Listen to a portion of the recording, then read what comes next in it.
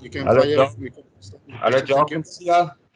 Jacques, where Hi. was the Spok team the previous two tests, and how good was your leader, Sia Kolisi, today? It was good. It was very good. I thought, Hendrik, I thought the players had a big step. Like I said last week, and I thought, yeah, for various reasons. And again, it wasn't the players; it was us, me, the coaches. We all probably were at fault last week. And I'll put my hand up first, saying, listen, it wasn't a great performance. And when I say that, people normally think I'm talking about players. I'm not talking about players. And I thought this week was, yeah, I thought we were a lot more on song in terms of our preparation. I thought everybody was excellent. Big contributions, even the guys who weren't playing. The preparation we got during the week was excellent from their side.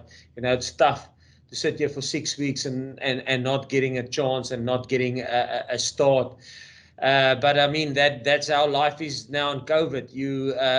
You can't get somebody in on a flight like per normal. So you sit with a bigger squad, and not everybody have the chance of playing, and to be positive and to adapt to that. I thought the players, everybody, the whole squad did excellently, and I'm talking about coaches, players, management. Everybody is really trying hard to make it work. It's different, it's tough. But yeah, no, it was. I was excellent, but I thought across the board, everybody was good. Thank you, Jacques. Thank you, Hendrik. Liam.com. Hi, good day, gents. Thanks for taking the time. My question is for Jacques. You had the All Blacks vulnerable on a number of occasions in this game, and there were scoring opportunities that weren't taken. Do you think it was perhaps sort of a rollover from last week and the week before, where the team lost, and maybe they didn't have the confidence and the belief in this game to seize those moments?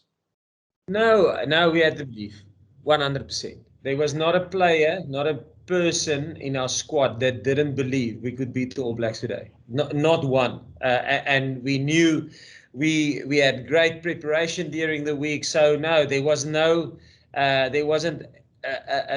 speck of doubt in our mind that we could beat or that we will have the opportunity to beat the All Blacks. We knew it will be a grind.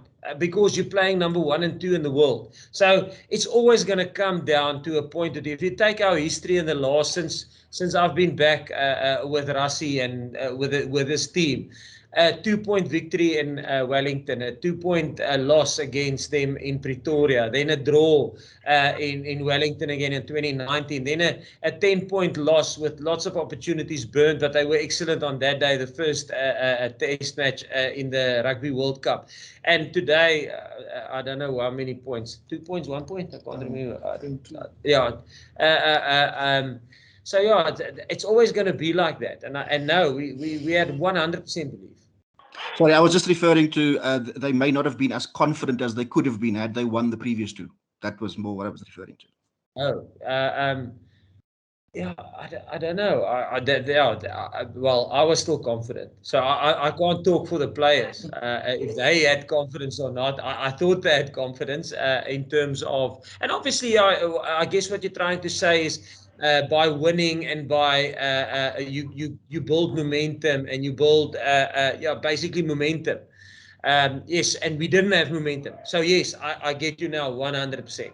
Yeah, we went into this game not having momentum through victories, which is always you better or it helps if you have momentum going into a game. Yeah. Thanks. Thank you, Jacques. Tinus van Staden. Thanks. How's it, guys? Jacques, I know obviously you're disappointed with the result, but is there a part of you that feels like this is it was a really good performance and we were just beaten on the day? Is there sort of a feeling like that, or is there something that you think, flip, if we just did that better or that better, then we wouldn't have lost? If you understand what I'm saying. Yeah, no, I thought the effort was excellent, and I thought we deserved a victory. And again, I think it can go. Test matches like this, you in with a shout at the end, and And playing number 1 and 2 in the world, it comes down to small margins. I thought the effort and the players put in, and we put ourselves in a position to win this game. Obviously, I'm hurting inside because I felt we could have pulled the result out today, and we were in a position to pull a result out in this game. But yeah, if you think back at the British and Irish Lions, we won the series like New Zealand won today, and like Australia won the first test in the 82nd minute, kicking a winning goal, and we did the same with the British and Irish Lions. So I think it probably swings and roundabouts. Sometimes it goes for you, and sometimes, especially when two top teams play against each other, sometimes it just goes down to the wire like it did this tonight. Thank you, Jacques. We're going to move swiftly, and we're going to say hi to Craig Ray. Hi, good evening, guys. Bad luck today. I suppose it's a deeper, more philosophical question. Here, you guys have spoken about sort of building a legacy, but 3 defeats in a row puts a dent in that. How much is that hurting? Especially, last week was maybe a poor performance, but this week was one that felt like it got away. How much, is that idea of sort of building this legacy between World Cups, hurt by these results? Yeah, it definitely does hurt. But we can't think too far ahead on like what we want to leave behind. We focusing like right now on week by week, and I thought we prepared like as well as we could for this week, and that's all we can focus on right now. And obviously, losing today was really hard because we felt we were in there, and we dominated. Set piece. I thought we were good in the scrums, and we stopped our mouth pretty well. And so I really don't know left to go look at the video, but we can't look. We never look so far ahead. We take it week by week. So we're gonna go back tomorrow. We're gonna look at the game and see where we went wrong and what we can do to get better. But results will come. We can't control that, but we can control our processes and our prepare going forward. So that's our main focus right now. And the losses really do hurt. There's no other way to put it. It's tough. Yeah, thanks. Okay, final question in this section, Brendan now, before we move on to the other 2 players.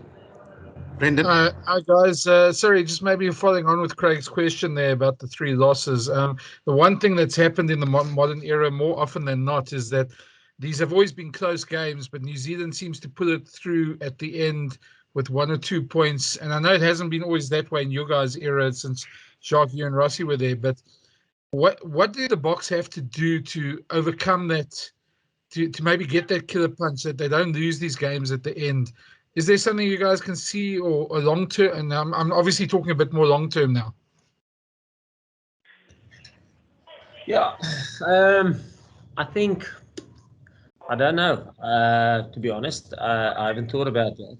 Like I say, if we won this game, we wouldn't have had this question. But I think more composure, probably, if it springs to mind. Listen, we have to be more composed at the back end of the game, and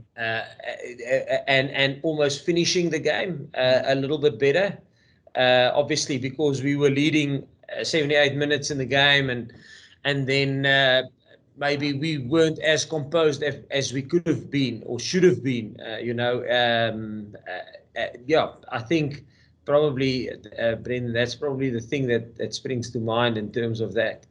And we've got a very experienced side, and it's just something that we will have to. And I think, if you think about it, being where we are currently, we still have a lot to learn as a group, and people will probably think I'm mad saying that, but I mean, we still need to learn to go through the processes of being champions, finishing games out, getting to where New Zealand were winning 88 out of 100 test matches. That is consistency we're striving to get to in our game still, and we will have to learn very quickly in the next couple of years of how to do that.